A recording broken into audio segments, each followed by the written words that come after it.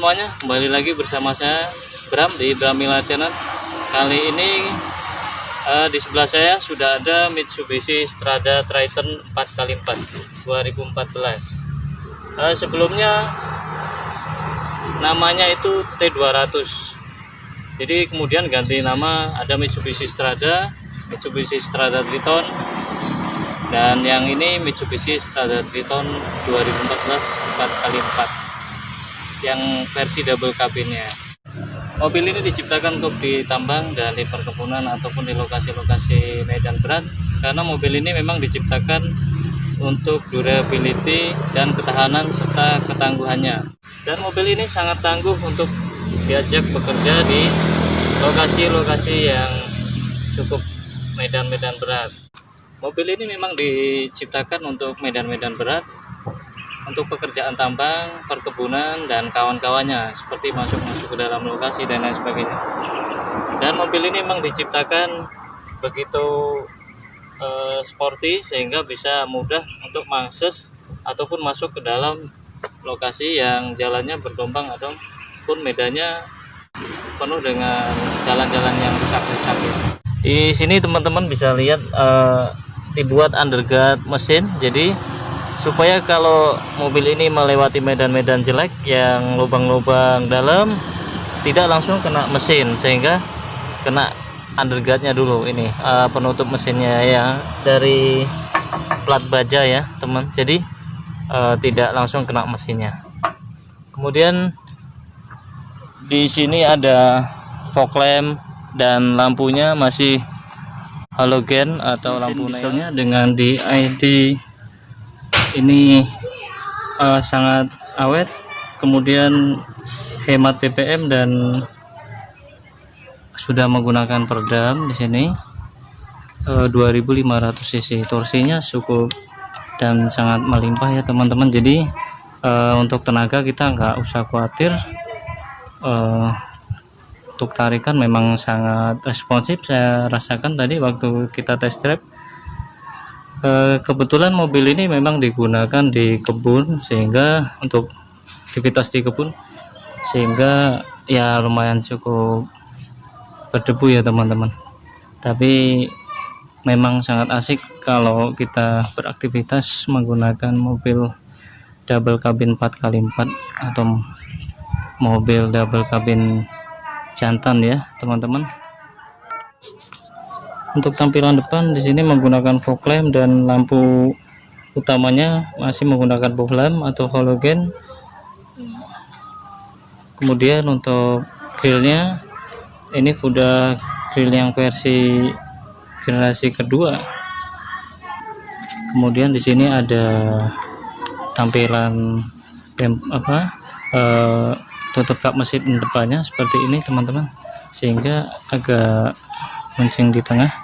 Ini berfungsi untuk supaya airnya bisa ke kanan dan ke kiri, sehingga tidak naik ke atas kalau ada air hujan turun. Untuk tampilannya sendiri cukup gagah dan ganteng ya, maco teman-teman, sangat cocok untuk kita pergunakan di lokasi untuk kerja. Kemudian ya tidak jelek juga sih teman-teman, ini sangat keren ya kalau dipakai untuk di dalam kota, untuk pakai sehari-hari juga masih keren. Kemudian yang tidak kalah keren dengan mesin diesel yang diusungnya, tentu saja minyaknya menggunakan solar yang cukup efisien. Untuk velgnya sendiri di sini Mitsubishi Strada Triton 4x4 2014 masih menggunakan ukuran ring 16 dengan 6 baut warna silver. Kemudian untuk ini kebetulan profil roda yang digunakan menggunakan ukuran 265/70, jadi profilnya cukup tebal ya nyaman, dengan roda yang profilnya gede dan lebar, bantingannya cukup empuk. Pada nampak samping di sini ada footstep, kemudian ada list bodi pintu yang di sini memanjang ke belakang, dan di sini untuk handle pintunya sudah chrome kuncinya masih biasa, belum keyless, smart keyless entry ya. Kemudian untuk pilar ininya masih menggunakan hitam dop. Untuk rem belakangnya sendiri di sini masih menggunakan rem tromol ya teman-teman. Di sini ban depannya sudah menggunakan rem cakram. Ini teman-teman ya, ada emblemnya VGT High Power. Di sini ada lampu sen kecil di sebelah kanan kirinya.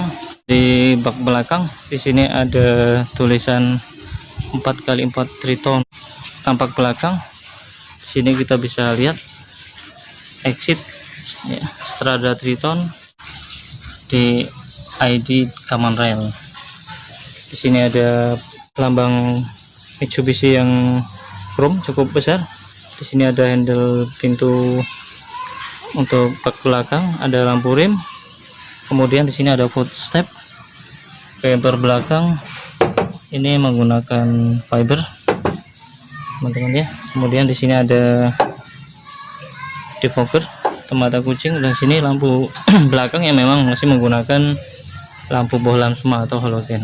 Kemudian tampak tampilan belakangnya kita bisa lihat di baknya ini masih menggunakan material plastik yang cukup kuat teman-teman, sehingga dan kualitasnya cukup bagus, sehingga ini tidak mudah rusak ketika mengangkat barang-barang yang berat. Untuk spionnya menggunakan tutup spion yang sudah chrome, ada antena radio. Untuk interior kita masuk di pintu jendela depan ya teman-teman. Di sini sudah dua warna, ada silver hitam, kemudian di sini abu-abu. Dan untuk bahan plastiknya sendiri ini plastik hard plastik ya teman-teman. Oke, plastik. Di sini ada speaker, kemudian di sini ada lampu jendela. Untuk jok driver di sini sudah bisa reclining ya teman-teman, sudah bisa adjustable dan naik turun, sudah adjustable dan bisa naik turun. Handle grip di sini warna silver. Di bawah sini ada pembuka bagasi dan pembuka tutup tangki BBM. Ini untuk electric mirror, namun belum auto retract ya teman-teman. Kemudian kita masuk ke bagian interior dalam lainnya. Kemudian di sini ada MID sama seperti di Pajero teman-teman. Di sini ada temperatur, pemakaian konsumsi bahan bakar, kompas ya, suhu dan lain-lain, start jam gitu. Untuk tipnya sendiri di sini sudah mengadopsi double DIN single CD karena masih yang 2014 ya teman-teman, jadi belum ada slot USB bawaannya. Untuk pengaturan mesinnya di sini ada 3 knob yang dapat difungsikan. Di sini ada pengatur arah semburan dan defogger untuk kaca belakang supaya tidak mengembun ketika hujan. Kemudian di sini ada speed untuk anginnya. Oke, dan di sini ada sirkulasi udara ataupun untuk suhu ruangannya yang kita butuhkan berapa gitu. Tombol lampu hazard. Kemudian di sini ada laci penyimpanan, soket lighter. Di sini juga ada tempat penyimpanan lagi teman-teman. Di sini juga masih ada, di sini ada 2 cup holder teman-teman ya. Di sini ada 2 cup holder. Kemudian di pintu sana ada juga cup holder dan ruang penyimpanan. Di sini ada laci. Untuk warnanya dashboard ini 2 warna, abu-abu dan warna hitam dominasinya. Kemudian di sana ada speaker ya teman-teman, ada tweeter. Di sini ada hand grip ya teman-teman. Di sini hand grip. Sun visornya di sini sudah ada kacanya tapi belum ada lampu otomatisnya. Di sini ada tempat kacamata, Ini lampu baca teman-teman, masih nyala semua, masih bagus. Ini pengaturan lampu otomatis melalui automatic door opening atau tidak, atau manual. Kemudian di sini sun visor untuk sisi pengemudi kosong ya teman-teman. Di sini ada tempat penyimpanan kaset CD. Di pintu sebelah pengemudi di sini ada cup holder dan ruang penyimpanan. Di sini juga ada. Kemudian di sini ada central lock. Di sini untuk ngunci kaca jendelanya. Tombol power window-nya di sisi kemudi sudah auto untuk turunnya, tapi naiknya belum, masih manual, jadi kita harus tekan terus. Untuk handle open door-nya sudah chrome. Kemudian untuk spion di sini ada pengaturan spion elektrik namun belum auto retract atau yang sudah bisa ngelipat sendiri. Untuk lingkar pengemudi di sini masih polos ya, tone silver dan hitam. Namun di sini lingkar kemudinya ini sudah dilapisin empuk-empuk, udah dilapisin kulit teman-teman ya. Ini kebetulan dilapisin kulit variasi lagi. Dan di sini ada 2 airbag di sisi kemudi, satu di lingkar kemudi dan di sini satu sebelah sini ya teman-teman. Untuk sisi setir sendiri di sini sudah til ya teman-teman, bisa naik turun namun belum teleskopik. Untuk seat belt di sini sudah adjustable, bisa naik turun begini ya. Untuk spion tengahnya masih menggunakan auto dimmer manual ya teman-teman di sini. Nah, ini ya gitu, supaya tidak silau ketika malam hari. Untuk jok depan sudah dilapisi dengan kulit dan di sini ada emblem Tritonnya bawaannya ya teman-teman, jadi memang sangat bagus, kulitnya juga kualitasnya bagus. Di sini udah ada motifnya, jadi sehingga terlihat sporty gitu ya, cukup sangat nyaman teman-teman, empuk. Di sini ada tempat penyimpanan lagi yang bisa digunakan sebagai armrest ketika kita mengemudi ya. Untuk di sini ada 2 tempat, di sini 1 kemudian 2 gitu. Remnya untuk handremnya masih menggunakan otot ya teman-teman. Oke, untuk olahraga supaya semakin kuat. Oke. Dan di sini untuk stick manualnya gunakan stick ya atau tongkat snelling, dan untuk 4x4-nya juga masih menggunakan tongkat manual seperti ini.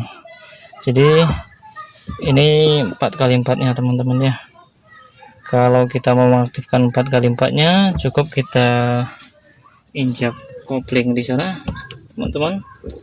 Itu ketika sudah nyala mesin ya kita masukkan ini di posisi 4L. Untuk indikator di ruang kemudinya cukup simpel ya teman-teman. Di sini ada RPM, speedometer, minyak atau BBM, kemudian suhu, MID, trip meter dan odometer. Di jok belakang kurang lebih seperti ini. Ada materialnya masih sama, hard plastik.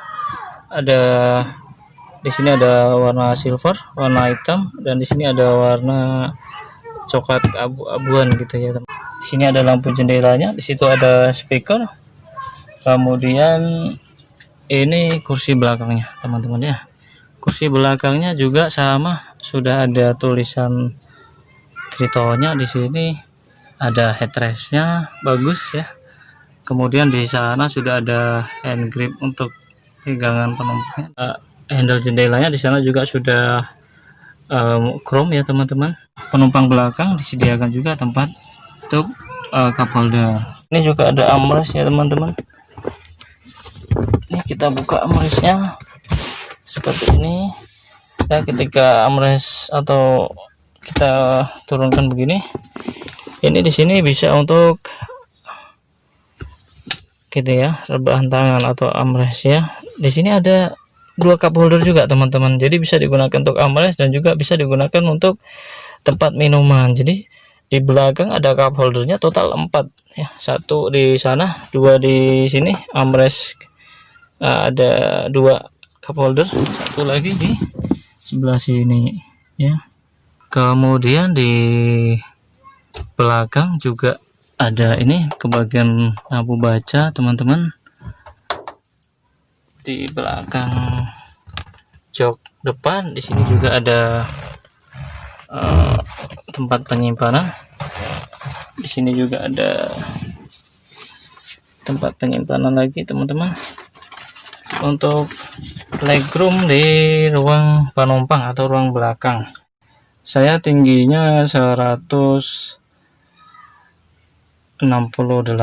ya teman-teman. Ini masih jaraknya masih ada sekitar 7 jari ya teman-teman ya. Ini cuma saya satunya megang kamera, jadi nggak bisa ini 7 jari kurang lebih. Material kulitnya memang bagus teman-teman, jadi walaupun duduk di belakang kita terasa nyaman. Baiklah teman-teman, di jok belakang penumpang di sini ternyata ada tempat penyimpanan rahasia. Ini saya buka teman-teman ya. Ini saya juga baru tahu teman-teman, ini ternyata ya lumayan lah untuk space untuk menyimpan barang-barang ya seperti ini, fire, kotak P3K, tambang dan dongkrak dan lain-lain, sehingga ya cukup minimal dan maksimal, tidak berantakan dan berserakan di ruang penumpang gitu ya. Nih kita tutup lagi teman-teman. Oke, seperti itu. Oke teman-teman, berdasarkan informasi dari ownernya, ini ketika mesin kita nyalakan on begini ya teman-teman, kita on ini nyala, ada 2 indikator kuning, yang atas itu untuk mesin. Jadi ketika nyala indikator atas itu masih nyala terus, tidak mati dia, berarti biasanya terjadi kerusakan di bagian mesin. Dan ini menurut ownernya sendiri, kalau indikator itu nyala, ketika mesin menyala indikator itu tetap nyala, tidak mati-mati, ya siap-siap duit sekitar 14 juta. Jadi itu informasi dari ownernya ketika berbicara dengan teknisi seperti itu, teknisi dari showroomnya. Jadi ya punya mobil yang maco, yang jantan begini, ya memang harus siap duit gede ya teman-teman. Jadi itu kita harus bisa merawatnya dengan baik ya teman-teman. Kalau kita menggunakan mobil yang seperti ini ya, memang dia tangguh, bandel, irit dengan mesin dieselnya dan cc 2500 nya. Kemudian ini ada turbonya juga. Namun dengan demikian tentu juga kita harus selalu merawatnya dengan baik ya teman-teman, karena kalau salah satu komponen mesinnya rusak, ya biaya yang dikeluarin tidak sedikit juga teman-teman ya gitu. Jadi kita harus ekstra juga merawatnya, walaupun mobil ini sudah terkenal durability-nya, ketangguhannya, dan sudah diuji di medan perkebunan, pertambangan, dan lain-lain. Untuk posisi mengemudi kurang lebih sama dengan Pajero, terasa nyaman, enak. Kemudian armrest juga posisinya pas, visibility melihat ke depan dan pilar di depan ini cukup luas atau tidak mengganggu pemandangan. Kemudian spion di kanan kiri juga cukup besar untuk mobil seukuran ini, visibility-nya bagus. Kemudian kaca di belakang juga besar sehingga kita melihat ke belakang lebih leluasa. Untuk peredaman suara di ruang pengemudi cukup bagus, suara di luar cukup minim walaupun ada masuk. Suara mesin sama seperti di Pajero. Untuk bantingan suspensi agak keras ya, karena memang mobil ini diciptakan untuk angkat-angkat beban-beban berat untuk kerja di lapangan, sehingga suspensi sudah pasti tidak lembut-lembut amat, sehingga kalau naik sendiri rasanya masih cukup keras, tapi sudah nyaman, sudah overall sudah bagus. Untuk power steeringnya sendiri rada berat ya karena memang dia masih menggunakan hidrolik minyak. Untuk tarikan sendiri kurang lebih juga sama seperti Pajero, mesin diesel 2500 cc, common rail, tarikan yang luar biasa, torsi melimpah, transmisi manual yang terasa lebih agresif dan responsif sehingga kesannya cukup sportif. Untuk di medan-medan berat sangat cocok. Untuk double cabin Triton Exit sendiri ukurannya lebih panjang sedikit daripada Pajero, sehingga untuk radius putarnya sendiri masih terasa agak jauh. Jika kita berputar di U-turn, kita harus mengambilnya agak memerlukan ancang-ancang gitu. Kalau terlalu mepet pas di U-turn kita muter agak susah karena kita akan memakan badan jalan sebelah yang cukup banyak.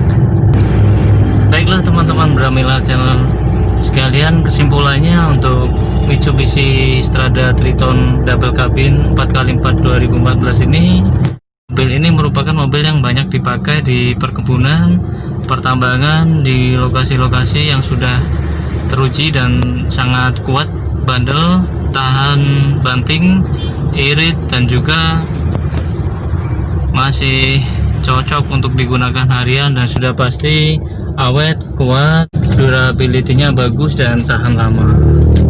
Itu teman-teman ya kesimpulan dari saya. Oke teman-teman, demikianlah ulasan mengenai Mitsubishi Strada Triton double cabin 2014 4x4. Jika Anda suka dengan video ini, jangan lupa tekan tombol like dan subscribe, kemudian share. Oke, terima kasih teman-teman sekalian. Sampai ketemu lagi di video-video berikutnya dengan saya Bram di Bram Miller Channel. Salam sukses selalu.